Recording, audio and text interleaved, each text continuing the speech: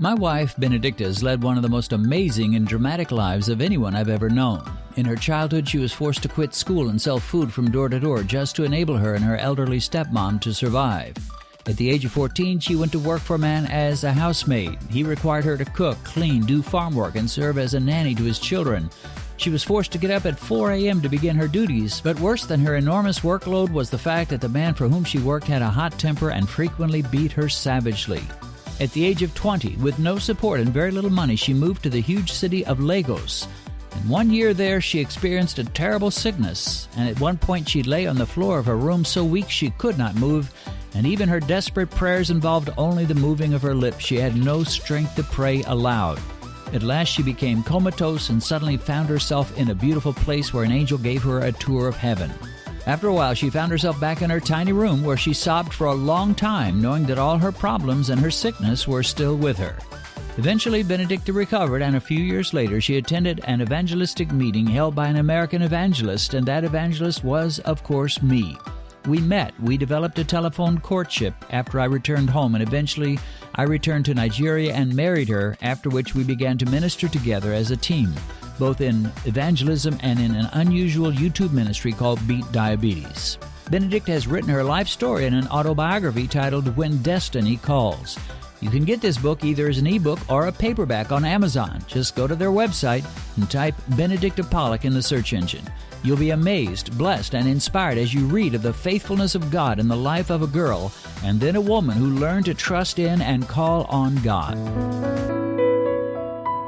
Well, we're going to look at Luke chapter 7 today, and this is a passage that lasts about 5 or 6 verses, and it's not that we've never studied it before, but it just, I think, is very powerful, and it's good to kind of revisit some of these things, these Bible stories and passages.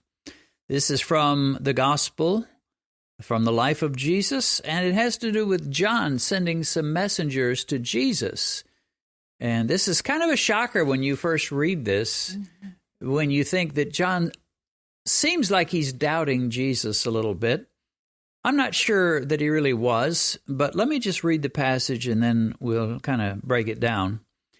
Starting with verse 18, Luke 7, the disciples of John reported to him concerning all these things. All that Jesus was doing is what they're talking about. So John called 2 of his disciples to him and sent them to Jesus, saying, "Are you the coming one, or do we look for another?" Well, that's the shocker. That's not really what this is going to be about, but it's going to include this idea. It's a shocker because John was the one God called to announce Jesus as the Messiah, as the coming King. And you remember how John told Jesus when Jesus wanted to be baptized, well, I should be baptized by you. And Jesus declared, John declared Jesus was the Lamb of God that takes away the sin of the world. So why in the world, now that John is in jail, is he saying through a couple of messengers, are you the coming one, or should we look for somebody else? And we'll talk about that in a minute, but let's go on. It says, the men had come to him when they said, John the Baptist has sent us to you, saying, are you the coming one, or do we look for another? And at that very hour, he, Jesus, cured many of infirmities, afflictions, and evil spirits, and to many blind he gave sight. So, miracles are just popping. They're just all over the place. Would have loved to have been there. And this was not an isolated incident. This happened a lot. And that's one of the reasons Jesus was so popular and such a celebrity in Israel, because wherever he showed up, miracles happened and people got healed. So miracles are happening.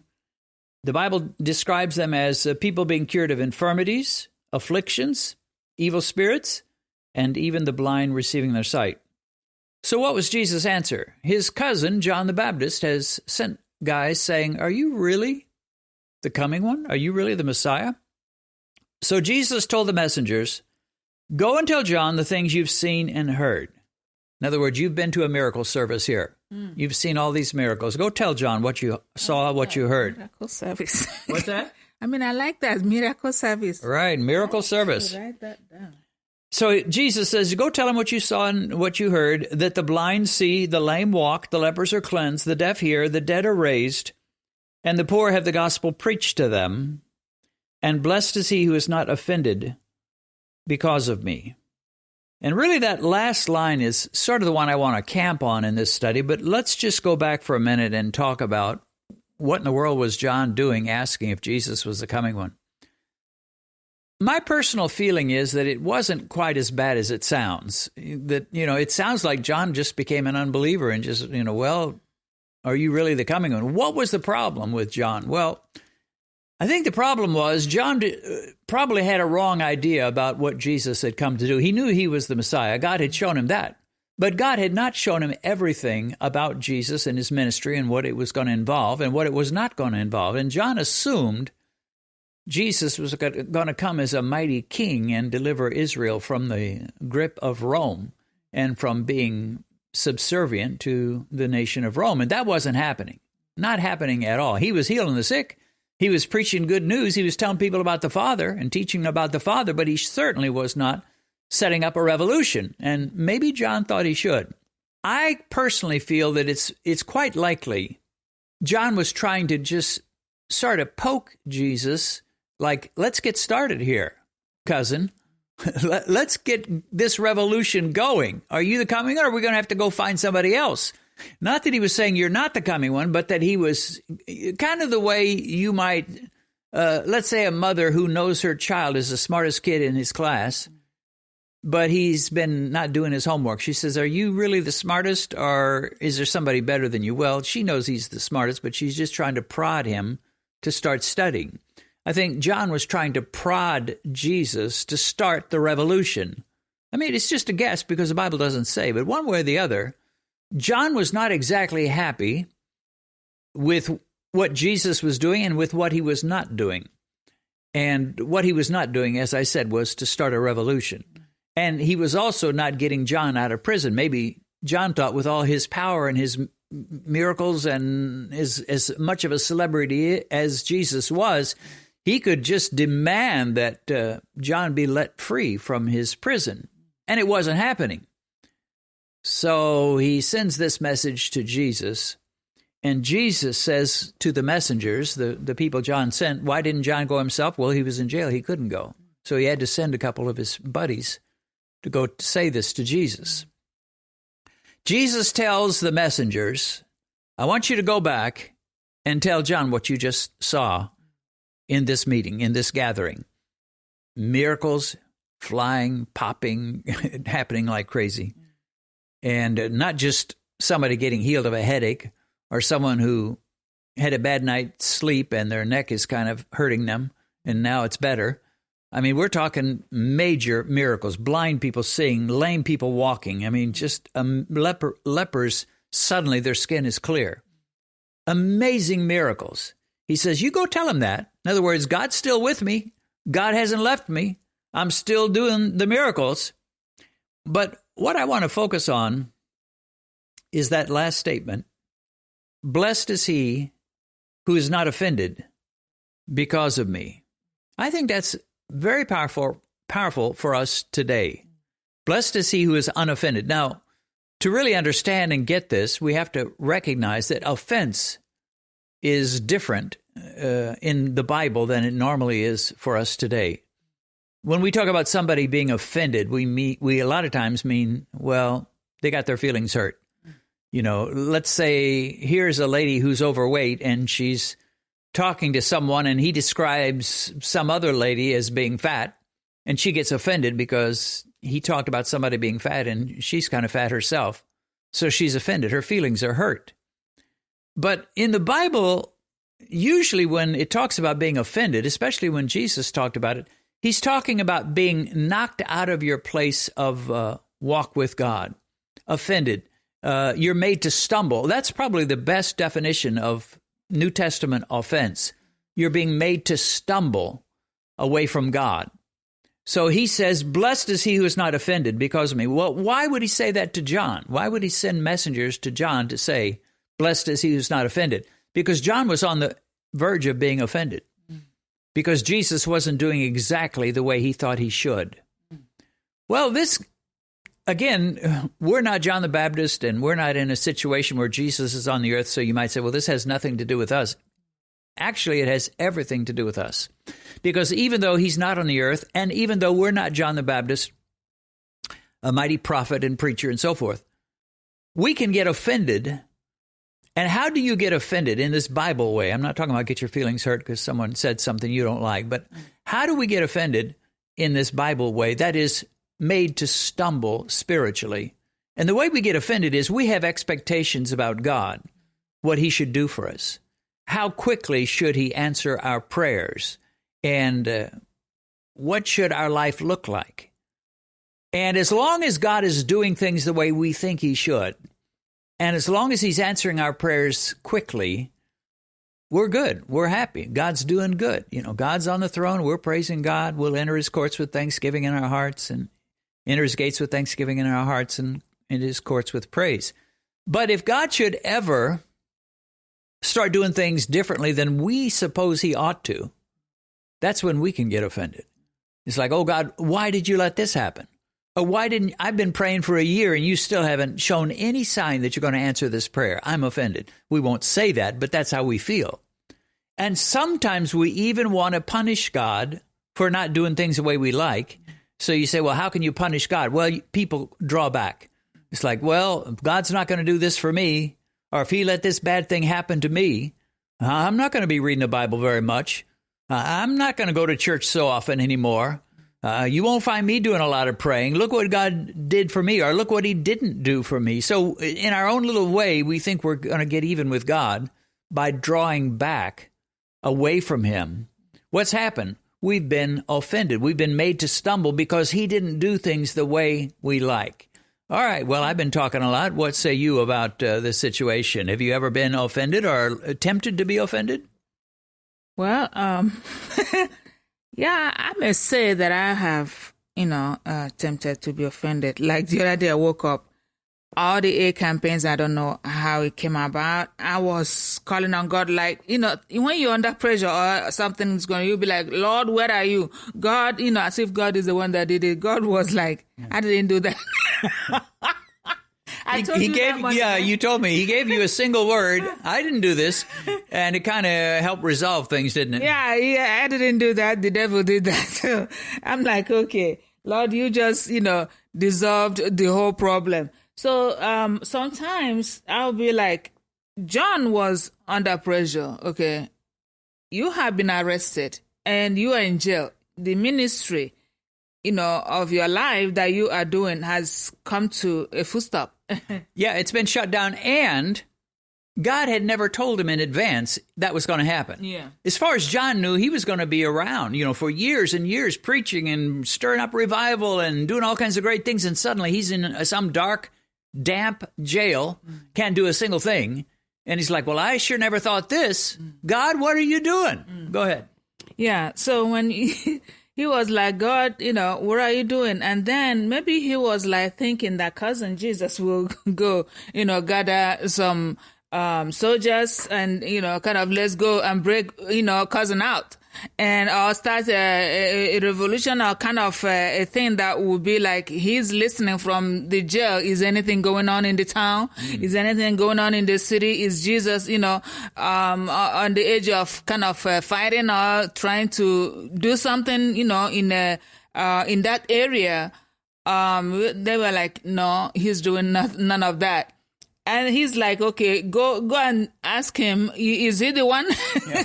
We're going to have to find some other Messiah because you sure ain't doing much. Yeah, you're not doing much. To my understanding, you're doing almost nothing right now. So now, to make it clear, he was doing a lot for a lot of people, but he wasn't doing anything for John. Yeah, in that area of fighting or trying to break him out or trying to, do something when it comes to the Romans and everything that was going on around that time, trying to set up soldiers and army and go fight. He wasn't doing all that. And another thing that Jesus twisted, maybe not twisting it, that turned it around and be like, now go and tell Cousin John I'm doing my assignment. Yeah. I am in my assignment. I'm doing what I'm supposed to do. Yeah, miracles, signs and wonders, everything is going on. And, this is what I have come to do. So I am doing what I'm called to do, what I'm here to do. I'm not here to fight a physical fight. I am here to, set people free and heal them and bring salvation. So Jesus was in his lane and his assignment and the plan of God concerning his coming. But I think John was having another mindset of what he thought that Jesus would have done. It's like Jesus sent a message, you're blessed if you're not offended, with me, that I'm not doing that which you really want me to do. Yeah.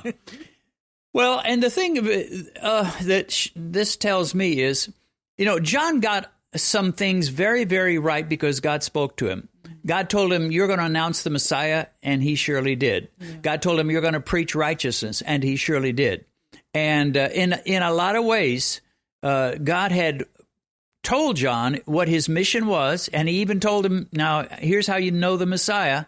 When the Spirit comes on him and remains on him, you'll know this is the one that's going to baptize in the Holy Spirit. So he got a lot of things right, but God didn't tell him everything. Yeah. He didn't tell him, well, John, your ministry is only going to last a year and a half, and then they're going to kill you. He didn't say a word about that. He didn't say you're going to go to jail, as far as we know.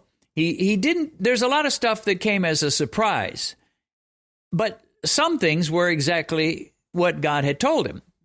Well, to me, it's the same way today, except in a smaller way, of course. We're not John, but still, God will show us some things and give us a calling and encourage us to start a ministry or do something for him, teach a class, sing songs, whatever. And we'll do it, and we'll get blessed in it, and we'll be thankful. But then we use a word sometimes that was the case with John and is the case in our own lives sometimes. And that word is blindsided. In other words, something comes along on your blind side and crashes into you, and you never saw it coming. You never thought about it. You never prayed about it. You never thought it could ever happen to you, and boom, here it comes.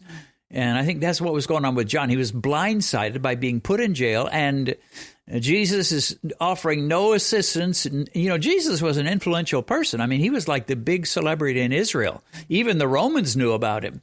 And the Bible says Herod had wanted to see him for a long time. He had some influence. He could have possibly got John out, but he made no effort to do that. And I think John was disturbed, upset, and Jesus used the word offended. He's like, John, don't get offended because of me. Now, putting that in our own context, you live for Jesus very long. You're going to get blindsided here and there. Thank the Lord it's not every day.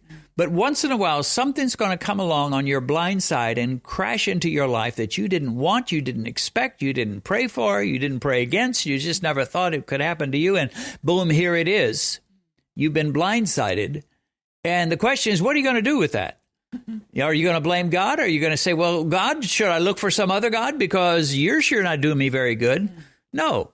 You just accept the fact that God is God, that Jesus is still Lord. He's still your Savior, your Lord, your Shepherd, and you don't get offended. But you'll be tempted.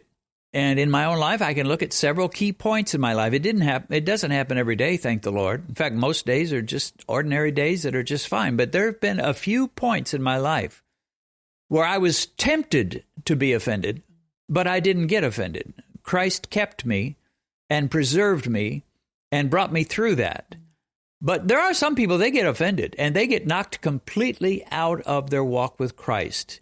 They were in church, they were serving God, they were praying, they were reading the Word, they were fellowshipping with other believers, and now they're doing none of that. And it's because another word besides blindside is disappointment. But we're not talking about some small little disappointment. We're talking about a major disappointment in life. Something happens that just you absolutely hate. But being a believer, you understand that God could have prevented it, but he didn't. Or God could do something about it when you prayed, but he doesn't seem very interested. And the devil will be right there to whisper in your ear, just give it up. What has God done for you? Just give it up. God's not doing anything for you. Why should you do anything for him? And if you're not careful, you'll be offended. But what does Jesus say? Blessed is he who is unoffended. I heard an old-time pastor. I forget his name right now, but he lived in the early 1900s, I think.